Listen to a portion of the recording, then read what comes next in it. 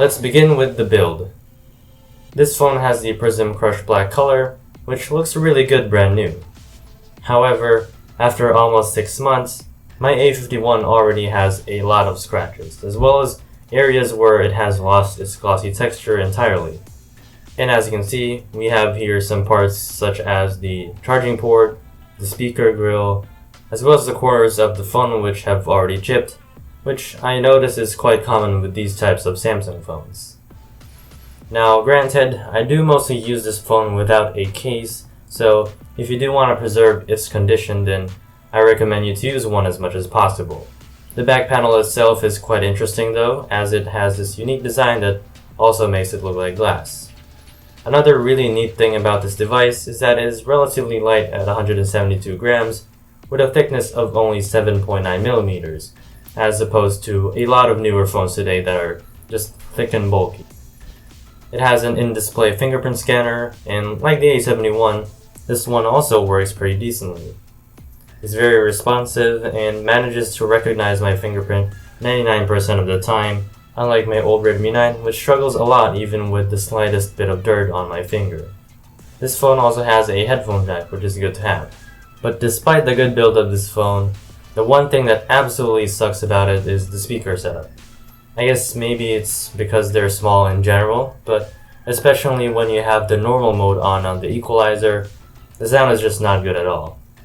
Even at relatively low to medium levels, it sounds very scratchy, so here, what I just did was to configure it in the EQ, and it looks really aggressive here, like pretty much turned up the lowest frequencies up, and then basically everything else is all the way down. And now it kinda sounds somewhat decent.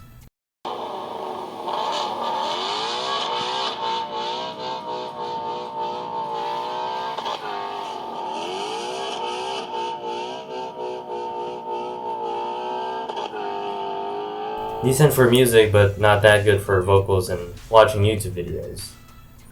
Now let's move on to the other specs.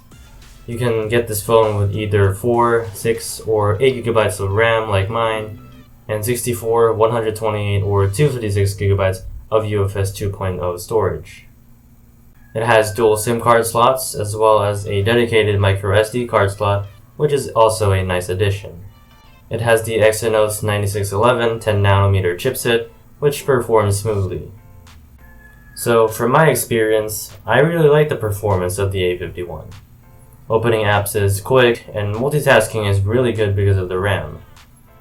Using the gestures is pretty decent as well, and playing games has been fine too. I play a lot of Call of Duty Mobile on this phone, and it can handle it well even with power saving mode turned on. And speaking about that performance, the software experience has also been seamless for me.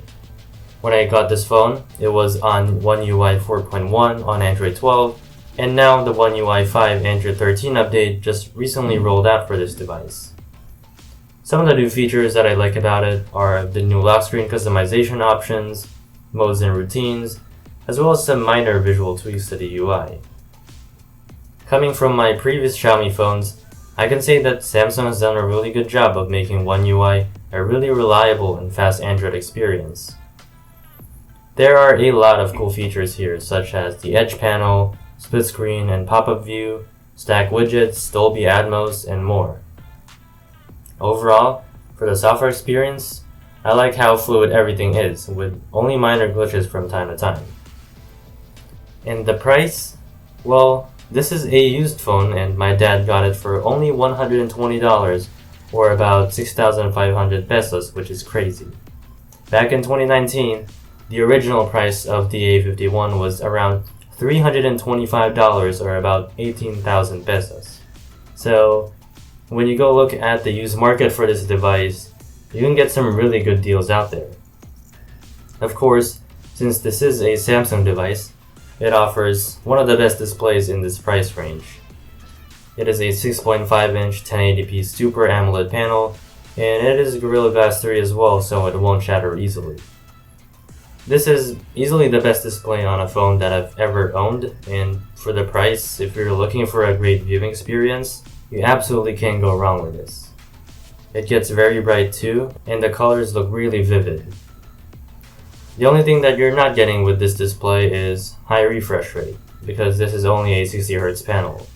But despite that, Samsung has done a good job of optimizing the software to make it as smooth as possible.